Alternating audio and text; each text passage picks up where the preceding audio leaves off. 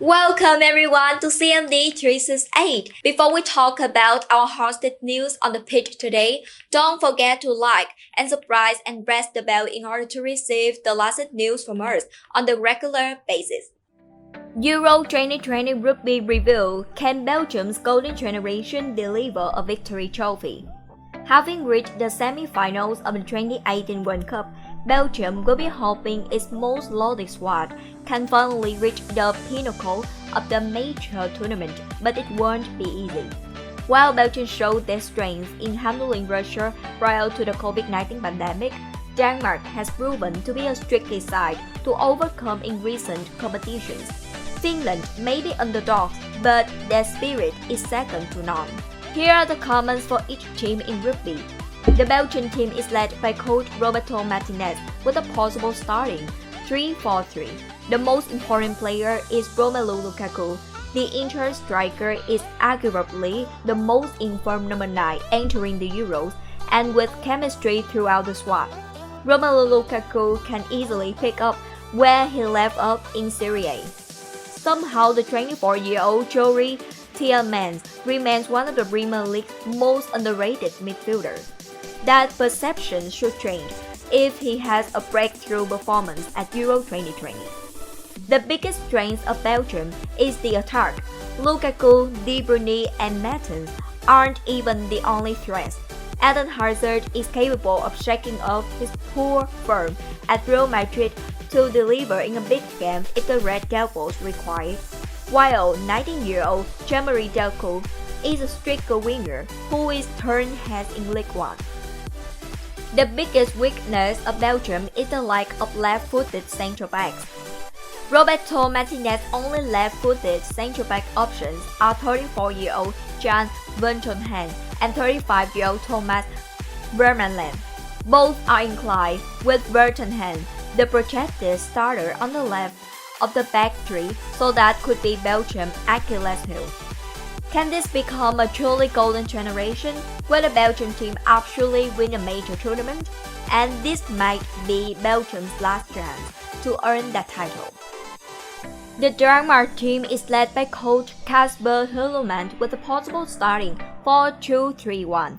The most important player is Kasper Schmeichel. Almost single-handedly, Schmeichel nearly guided the Danes to be a World Cup qualifier, but with a deeper, more informed squad, Denmark is expected to go even further at Euro 2020. The breakout player is Jonas Wind. With only 6 caps to his name, the 22-year-old striker might retain his place as Denmark's number 9 after impressing during World Cup qualifying in March. Wind scored 15 goals in 28 league games with FC Copenhagen this past season. The biggest strength is forward depth. Martin Braithwaite was surprisingly effective for Barcelona, plus Yusuf Poulsen works tremendously harder the ball and has a solid scoring record for Denmark. Kasper Dolberg and Antra Cornelius are mainstays with the national team. The biggest weakness is central back. For Christensen, that's in a back three as he's error-prone in the back four. Kier, meanwhile, is a no-nonsense defender with decent speed and technique, but is ball-happy and that can get his team in trouble. Will Denmark be a dark horse with the most potential?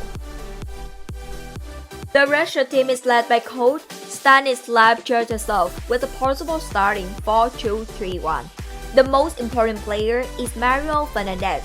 The naturalized right back was arguably Russia's best player at the 2018 World Cup and was one of the team's top chance creators. That shouldn't change come Euro 2020. The breakout player is Alexei Miranchuk. The 25-year-old midfielder is well known in Russian football circles, but he's only shown flashes of his technique in Serie A with Atalanta so far. This will be his chance to announce himself to the world. The biggest strength of Russia is the youthful midfield. Given the never-ending sprint of the European season, it will be tricky to select the ideal pivot and trio, depending on the system of choice, but Stanislav Cherchesov isn't lacking depth in the squad. The biggest weakness of Russia is playing in tournaments outside Russia. Whatever the motivation or cause, the Russians tend to disappoint when they aren't the host. Will Stanislav Chechensov use 4-2-3-1 or 3-5-2? The Finland team is led by coach Marko Kanerva with a possible starting 3-4-3.